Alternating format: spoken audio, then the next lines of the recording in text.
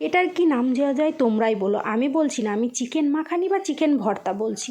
তো দিনে যখন মাংস নিয়েছে সলিড পিসগুলো ফ্রিজে রেখে দিয়েছিলাম, তারপর মাংসটাকে বের করে নিয়ে জলের মধ্যে দিয়ে দিলাম রসুন, 1 চামচ জিরে আর কয়েকটা গরম মশলা দিয়ে মাংসটাকে ভালো করে সেদ্ধ করে নেব।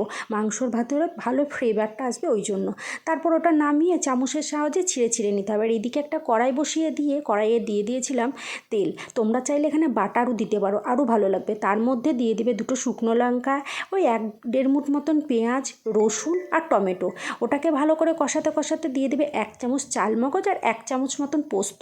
ওটাও ভালো করে ভেজে নিয়ে মিক্সিতে ভালো করে পেস্ট করে নিয়ে আসবে। তারপর এসে কড়াইয়ে আবার তেল দিয়ে দেবে। তেলের মধ্যে একটু জিরে, আদা, কাঁচা লঙ্কার পেস্ট দিয়ে দিয়েছিলাম। ওটা নাড়াচাড়া করে যে মশলাটা তৈরি করলাম সেই মশলাটাও দিয়ে দিলাম।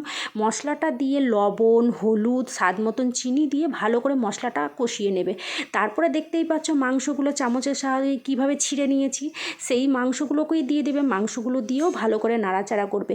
এরপর একটা ডিম সেদ্ধ আগে থেকে করে রাখবে, সেই ডিমটা ছোট্ট ছোট্ট করে কেটে এর মধ্যে দিয়ে দেবে। গ্রেভিটা খুব সুন্দর হবে।